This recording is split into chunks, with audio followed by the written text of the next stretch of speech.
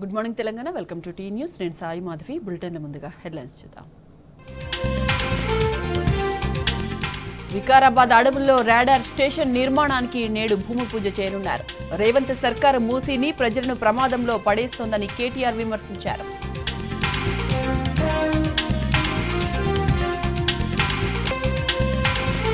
ముప్పుందని VLF రాడార్లను America, Australia, UK మూసేశాయి. తీవ్ర అనారోగ్య సమస్యలపై ప్రపంచవ్యాప్తంగా భయాందోళనలు వ్యక్తమవుతున్నాయి.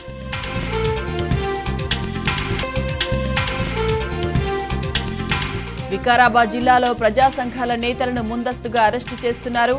దామగుండం రాడార్ స్టేషన్కు వ్యతిరేకిస్తున్నందుకు నిర్బంధిస్తున్నారు.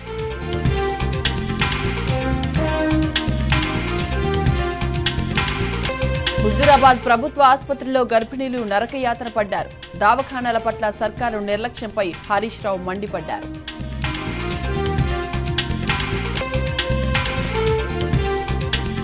పంజాబ్లో గ్రామ పంచాయతీ ఎన్నికల పోలింగ్ ప్రారంభమైంది. సాయంత్రం 4 గంటల వరకు ఓటింగ్ జరుగుతుంది.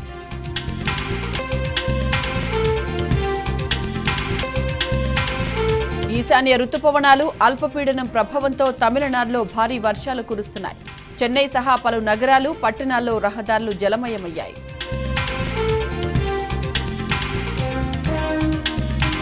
కెనడా ప్రధాని ట్రూడో నిరాధార వ్యాఖ్యలపై ఇండియా తీవ్రంగా స్పందించింది.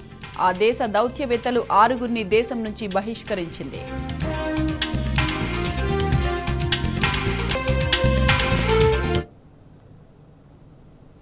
దామగుండం రాడార్ స్టేషన్ భూమి పూజ సందర్భంగా వికారాబాద్ జిల్లాలో పోలీసులు ముందస్తు అరెస్టులు చేస్తున్నారు. ఏఐకేఎంఎస్ వికారాబాద్ జిల్లా అధ్యక్షుడు వై మహేందర్, సిపిఎం జిల్లా కార్యదర్శి ఆర్ మహిపాల్, పీఓడబ్ల్యూ రాష్ట్ర కార్యదర్శి వై గీతను పోలీసులు అరెస్టు చేశారు. దామగుండంలో రాడార్ స్టేషన్ నిర్మాణానికి భూమి పూజ చేసేందుకు ముఖ్యమంత్రి రేవంత్ రెడ్డి, దేశ రక్షణ శాఖ మంత్రి రాజ్నాథ్ సింగ్ నేడు వస్తున్నారు. ఈ నేపథ్యంలో వివిధ పార్టీలు, ప్రజా సంఘాల నేతలను పోలీసులు ముందస్తుగా అరెస్టులు చేస్తున్నారు. దామగుండం రాడార్ స్టేషన్ వల్ల వికారాబాద్ జిల్లాలోని వేలాది ఎకరాల అడవులు ధ్వంసమవుతాయని, లక్షల చెట్లను తొలగిస్తారని, వాతావరణం కలుషితమవుతుందని ప్రజా సంఘాలు ఆందోళన వ్యక్తం చేస్తున్నాయి.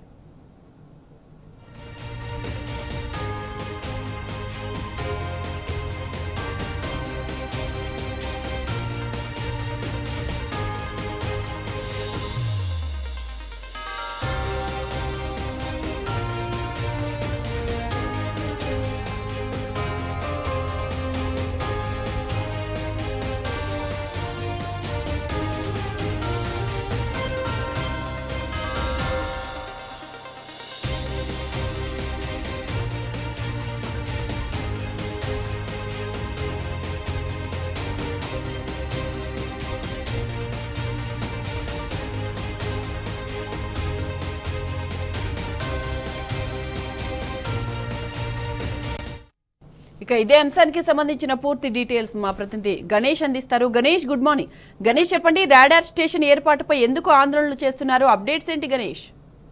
Good morning Sai Madhavi. ఏదైతే ఈ రోజు విఎల్ఎఫ్ రాడార్ కి సంబంధించిన భూమి పూజ కార్యక్రమాన్ని దేశ రక్షణ శాఖ మంత్రి రాజ్నాథ్ సింగ్, అలాగే సీఎం రేవంత్ రెడ్డి ఆధ్వర్యంలో ఇవాళ భూమి పూజ చేయనున్నారు. ఇందులో భాగంగానే గత కొద్ది రోజులుగా 10 నెలల కాలం నుంచి కూడా దీనిపైన స్థానికులంతా కూడా ఆందోళన వ్యక్తం చేయడం జరుగుతుంది. రాడార్ స్టేషన్ వల్ల తమ మనుగడకి ముప్పు వాటిల్లుతున్న నేపథ్యంలో మొత్తంగా వికారాబాద్ ఫారెస్ట్ ని అంతమొందించే విధంగా ఈ రాడార్ స్టేషన్ వస్తున్న నేపథ్యంలో దాదాపుగా 3000 ఎకరాలు ఈ రాడార్ స్టేషన్ ఏర్పాటు చేయబోతున్నారు. దీనికోసం వీరందరూ కూడా నిరసనలు వ్యక్తం చేయడం జరుగుతుంది. ఇందులో భాగంగా గత రాత్రి నుంచే ఎవరైతే గత రోజులుగా ఆందోళన చేయడం జరుగుతుందో వారందరినీ కూడా అరెస్ట్ చేయడం జరిగింది. ఇందుకు సంబంధించి వీరు దామగుండం అటవీ పరిరక్షణ సమితి అనే పేరుతోటి ఒక ఆర్గనైజేషన్ ఏర్పాటు చేసుకోవడం జరిగింది. దీనికి సంబంధించిన మహేందర్, అలాగే సిపిఎం కి సంబంధించిన మైపాల్, అలాగే పీఓడబ్ల్యూ రాష్ట్ర కార్యదర్శి వై గీతను కూడా అరెస్ట్ చేసి వికారాబాద్ స్టేషన్ కు తరలించడం జరిగింది. అలాగే తలగిరికి సంబంధించి ఏదైతే పూర్లూరు మండలానికి సంబంధించిన వారిని కూడా ఎవరైతే ఆందోళన చేయడం జరుగుతుందో వారందరినీ కూడా రాత్రి అదుపులోకి తీసుకొని పరిగి పోలీస్ స్టేషన్ కు కూడా తరలించడం జరిగింది. ఏదేమైనప్పటికీ కూడా మొత్తంగా తమ మనుగడను ప్రశ్నార్థకంగా చేయబోతున్న ఈ రాడార్ స్టేషన్ ను అడ్డుకొని తీరుతామని కూడా చెప్పడం జరుగుతుంది. ఈ గూడూరు, వికారాబాద్ జిల్లా వారికే కాకుండా ఇదంతా కూడా మన వాళ్ళకే మనుగడ ప్రశ్నార్థకంగా చేసే విధంగా ఉందని కూడా ప్రతి ఒక్కరు పర్యావరణ ప్రేమికులు కావచ్చు, శాస్త్రవేత్తలు అందరూ కూడా చెప్తున్న నేపథ్యం ఉంది. ఎందుకంటే అమెరికా లాంటి అభివృద్ధి చెందిన దేశాల్లోనే ఈ VLF రాడార్ స్టేషన్ ను అంటే అవుట్డేటెడ్ కాబట్టి దీనివల్ల ఎక్కువగా రేడియేషన్ వస్తుందన్న ఉద్దేశం కొద్దీ అక్కడనే దీన్ని తీసివేయడం జరిగింది. అలాంటిది 2008కి సంబంధించిన అవుట్డేటెడ్ VLF రాడార్ స్టేషన్ ఇక్కడ పెట్టడం ద్వారా కూడా తమ మనుగడ ప్రశ్నార్థకం కావచ్చు, జంతుజాలాలు కావచ్చు, అలాగే 12 లక్షల చెట్ల వరకు కూడా తీసివేయడం జరుగుతుంది. కాబట్టి దీనివల్ల నష్టమే తప్ప లాభం లేదు అన్న ఉద్దేశం కొద్ది కూడా చెప్తున్న నేపథ్యం కనబడుతుంది. కాబట్టి ప్రత్యామ్నాయంగా చూసుకోవాలని గత కొద్ది రోజుల్లో వీరందరూ ఆందోళన చేస్తున్న నేపథ్యం కనబడుతుంది. కాబట్టి ఈ రోజు దేశ రక్షణ శాఖ మంత్రి రాజ్నాథ్ సింగ్ అలాగే సీఎం రేవంత్ రెడ్డి వస్తున్న నేపథ్యంలో కూడా ఇక్కడ కూడా ఆందోళనకారులు ఆందోళన చేయకుండా నిన్నటి నుంచి ఎంపీ నారాయణ రెడ్డి ఆధ్వర్యంలో కూడా వారు చెప్పిన నేపథ్యం ఉంది. అనుమతి లేకుండా ఎవరు కూడా బయటకు రావద్దని కూడా చెప్తున్న నేపథ్యం. ఎందుకంటే ఒక కర్ఫ్యూ వాతావరణాన్ని కూడా సృష్టించడం జరిగింది. మొత్తంగా ఇప్పటికే CRPF దళాలంతా కూడా వికారాబాద్ కు చేరుకోవడం జరిగింది. వారంతా కూడా తమ ఆధీనంలోకి తీసుకోవడం జరిగింది. అలాగే లోకల్ పోలీస్ అంతా కూడా ఎవరైతే ఆందోళన చేపట్టడం జరుగుతుందో వారిని కూడా అదుపులోకి తీసుకోవడం జరిగింది. ఎవరు కూడా అనుమతి లేకుండా బయటకు రావద్దని, ఆందోళన చేస్తే మాత్రం వారిపైన చర్యలు తీసుకుంటామని కూడా వారు బయానాలను గురి చేయడం జరుగుతుంది. Right Ganesh, thanks for the updates.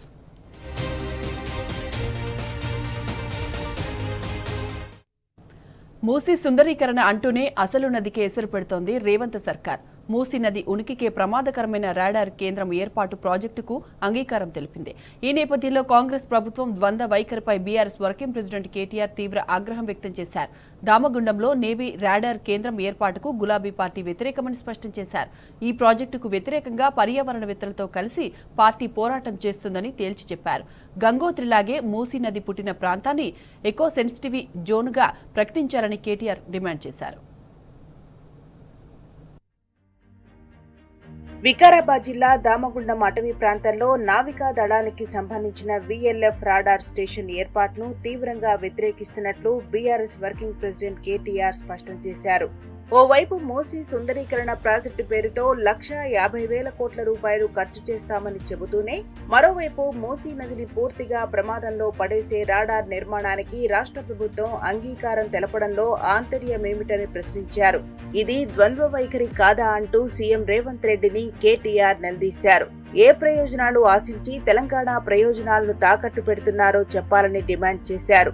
మంగళవారం కేంద్ర రక్షణ శాఖ మంత్రి రాజ్నాథ్ సింగ్ తో కలిసి ఈ ప్రాజెక్టుకు శంకుస్థాపన చేస్తున్న నేపథ్యంలో దీనిని బీఆర్ఎస్ పార్టీ వ్యతిరేకిస్తున్నదని తేల్చి చెప్పారు కేటీఆర్.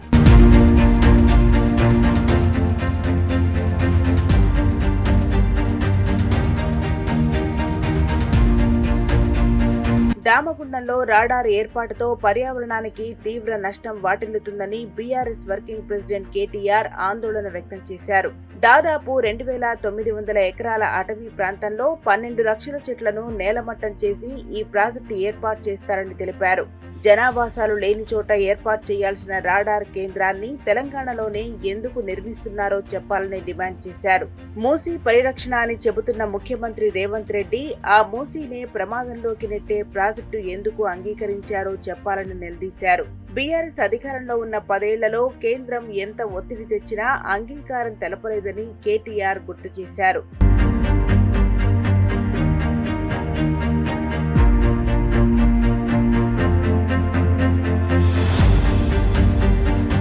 గంగోత్రికి ఓ న్యాయం, మా మూసీ నదికి మరో న్యాయమా అని గులాబీ పార్టీ కార్యనిర్వహణ అధ్యక్షుడు కేటీఆర్ ప్రశ్నించారు. గంగానది జన్మస్థానం గంగోత్రి వద్ద 150 కిలోమీటర్ల పరిధిని కేంద్రం ఎకో సెన్సిటివ్ జోన్ గా ప్రకటించిన విషయాన్ని గుర్తు చేశారు. రాడార్ కేంద్రాన్ని ఏర్పాటు చేసే వికారాబాద్ అడవుల్లోనే మూసీ జన్మస్థానం ఉన్నదని, నది పుట్టిన ప్రాంతాన్ని ఎకో సెన్సిటివ్ జోన్ గా ప్రకటించాలని డిమాండ్ చేశారు. నేవీ రాడార్ ఏర్పాటుతో మూసీ నది అంతర్ధానమయ్యే ప్రమాదముందని ఆందోళన వ్యక్తం చేశారు. సోర్స్ ఆఫ్ ది రివర్ పై రాడార్ ప్రాజెక్టు గొడ్డలి పెట్టు వంటిదని తెలిపారు. మూసీ నది పురుడు పోసుకున్న చోట 12 లక్షల చెట్ల నరికివేతతో కోలుకోలేని అనర్థం జరుగుతుందని హెచ్చరించారు. పర్యావరణ సమతుల్యతకు పెను ప్రమాదాన్ని సృష్టించే రాడార్ ప్రాజెక్టుల్ని విరమించుకోవాలని కేటీఆర్ డిమాండ్ చేశారు.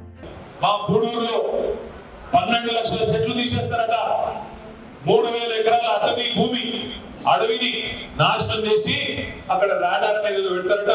దీనివల్ల అక్కడ ఉండే పర్యావరణం దెబ్బతింటది, దీనివల్ల అక్కడ ఉండే పక్షులు దెబ్బతింటాయి, ప్రాణులు దెబ్బతింటాయి, అక్కడ రేడియేషన్ వల్ల జీవ వైవిధ్యం మొత్తం దెబ్బతింటది. అది వద్దు. మాట ఇవాళ ఇక్కడ వాళ్ళు వచ్చి చెప్తా ఉన్నారు. అది మాకు తెలుసు కాబట్టే గత 10 ఏళ్ళుగా దానికి కానియలేదు. అది తెలుసు, పొడవుకు నష్టమవుతుంది, పరిగికి నష్టమవుతుంది, వికారాబాద్ జిల్లాకు నష్టమవుతుందనే మనం ఆ పని కానియలేదు. కానీ ఇవాళ వీళ్ళు రాగానే 10 రోజుల్లోనే ఆగమాగం 12 లక్షల చెట్లు కొట్టేసే ప్రాజెక్టుకు వీళ్ళు జెండా ఊపితే మరి ఇక్కడ పోయిన పర్యావరణవేత్తలు ప్రశ్నించే గొంతులు నేను అడుగు. పర్యావరణం దెబ్బతింటే అడవులని పోతే రేపు వర్షాలు పడతాయా? మూసీకి నీటి చుక్క వస్తుందా? ఈ ప్రాంతంలో వ్యవసాయానికి మనుగడ ఉంటుందా? ఆ రేడియేషన్ తోని నష్టం జరుగుతుందని చెప్తున్నారు. ఇవన్నీ తెలుసా ఈ ప్రభుత్వానికి?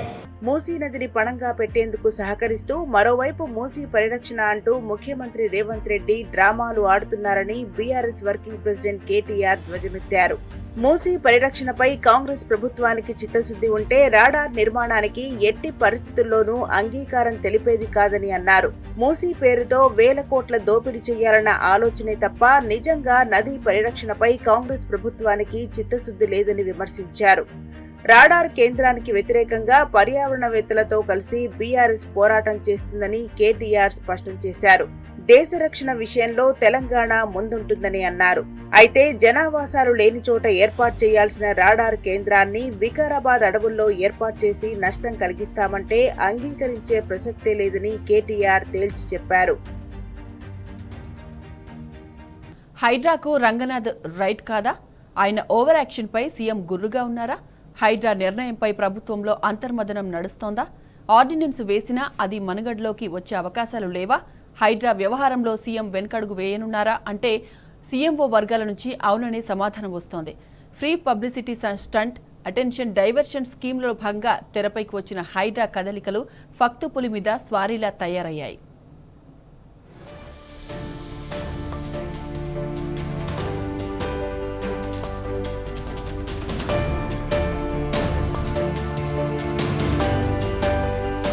హైడ్రా ఫట్టో రంగనాథ్ ఊస్టో త్వరలో తేలిపోనుంది.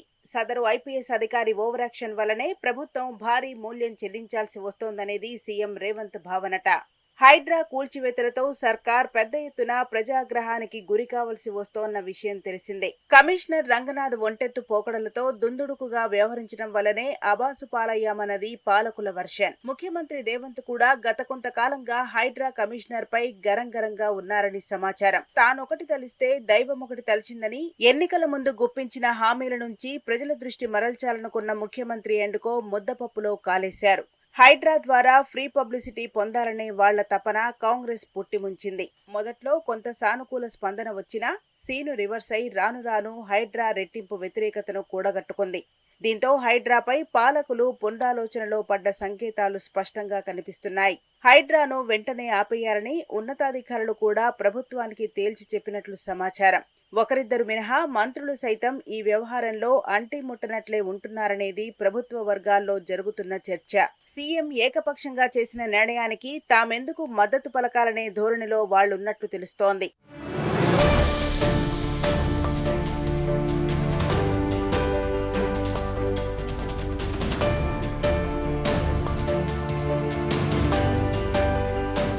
అనుకున్నదొకటి అయినది ఒకటన్నట్లు ఐపీఎస్ అధికారి రంగనాథ్ను నమ్మి ప్రభుత్వం అడ్డంగా బోల్తా కొట్టింది. చేతులు కాలాక ఆకులు పట్టుకున్నట్లు ఇప్పుడు తీరిగ్గా పునరాలోచనలో పడింది. ఏ క్షణమైనా హైడ్రాకు సర్కార్ రామ్ రామ్ గుడ్ బై చెప్పే అవకాశాలు పుష్కలంగా ఉన్నాయి. అంతకంటే ముందు కమిషనర్ రంగనాథ్ను అక్కడి నుంచి తప్పిస్తారనే వాదనలు ముఖ్యమంత్రి కార్యాలయం కేంద్రంగా బలంగా వినిపిస్తున్నాయి. ఇదిలా ఉంటే హైడ్రా లాంటి పెద్ద టాస్క్ ను కమిషనర్ రంగనాథ్ అల్లాటప్పాగా డీల్ చేశారనేది అపవాదు. ఆయన బ్యాక్ ఎండ్ లో ఉండి ఫీల్డ్ లెవెల్ అధికారులతో కథ నడిపితే బాగుండేదన్నది ఐపీఎస్ సర్కిల్స్ లో టాక్. తెర వెనుక ఉండి నడిపిస్తేనే ఇలాంటి ఆపరేషన్ సక్సెస్ అవుతాయన్నది వాళ్ల ఒపీనియన్. కనీసం రెగ్యులర్ క్యాడర్ అధికారిని డిప్యూట్ చేసిన పబ్లిసిటీకి ఇంతలా పాకులాడకపోయేవారని, ఫలితం కూడా ఇంత దరిద్రంగా ఉండకపోయేదన్న రుసరుసలు పోలీస్ ఫ్రాటర్నిటీలో ఉన్నాయి. చేసింది తక్కువ, చెప్పింది ఎక్కువ అన్నట్లు చీటికి మాటికి మీడియాకెక్కి రచ్చ చేసి రంగనాథ్ పాపులర్ అయ్యే ప్రయత్నం చేశారని, అలాంటి అధికారులు ఆ పోస్టుకు అస్సలు సూట్ కారన్నది వాళ్ల వర్షన్. ఇదిలా ఉంటే ఐపీఎస్ కు బదులు ఐఏఎస్ ను నియమించి ఉంటేనైనా ఈ పరిస్థితి తలెత్తేది కాదేమో అన్న వాదనలు సీఎంఓ సీఎంఓలో కూడా వినిపిస్తున్నాయి. అసలు రంగనాథ్ లాంటి అధికారి ఇందుకు సరైన చాయిస్ కాదన్నది వాళ్ళ అభిప్రాయం. కమిషనర్ అయిన తరువాత ఆయన చేసిన హడావిడి అంతా ఇంతా కాదని వాళ్ళ ఫీలింగ్. రంగనాథ్ ఓవర్ యాక్షన్ ప్రభుత్వ పెద్దల సీటు కిందకు నీళ్లు తెచ్చిందనే భావన సీఎంఓ అధికారంలో ఉంది.